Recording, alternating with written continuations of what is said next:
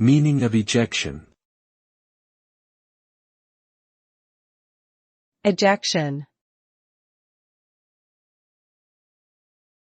Ejection.